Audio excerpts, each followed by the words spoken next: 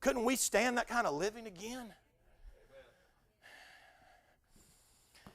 I'm telling you, the Johnny-come-lately religion out there is telling people that it's okay to live any way they want to. And that's not how God set it up.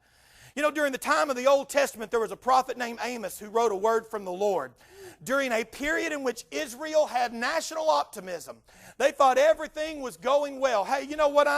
If I could just a few more moments, if I got just a few more things to say. Listen, this last Friday, 14 years ago, a man by the name of Muhammad Atta, Marwan al-Shehi, Zihad Jarrah, and Hani Hanjur were the 4 pilots on American 11, United 175, American 77, and United 93. How do you know so much about this? I have read and watched so much about the September 11 attacks. If you don't think that there are not people planted here right in America that will do it again, you're sadly mistaken. It was a tragic thing, and yes, I will agree that America, in a big way, came together to remember all that. But now, 14 years later, it seems we're divided again. The Lord poured His Spirit out in the book of Acts when they, 120 in the upper room, were united. We had here's the problem. Not that it upsets me that America, because it was a tragic thing. It was a tragic thing for all of us. It broke my heart when it happened. But you know what? We thought that we were invincible. There was the problem.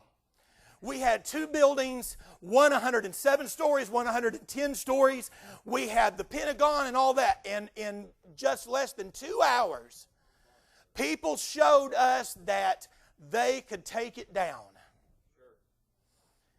So you see, we don't need to get puffed up and blown up on ourselves because it's nothing without Him. It showed how America thought that they were so powerful, that thought that they could not be touched. And it's in the same way when Amos wrote from the Lord during a period in which Israel had national optimism.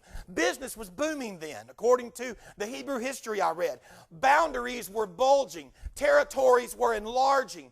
Hypocritical religious motions were replacing true worship, and they created a false sense of security. Didn't we have that? This is no disrespect to the over 3,000 people that died that day.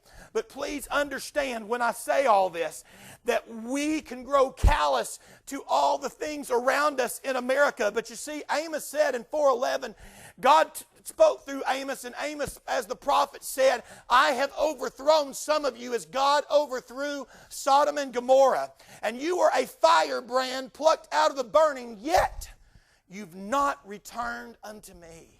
I believe it's time we do some returning. Amen.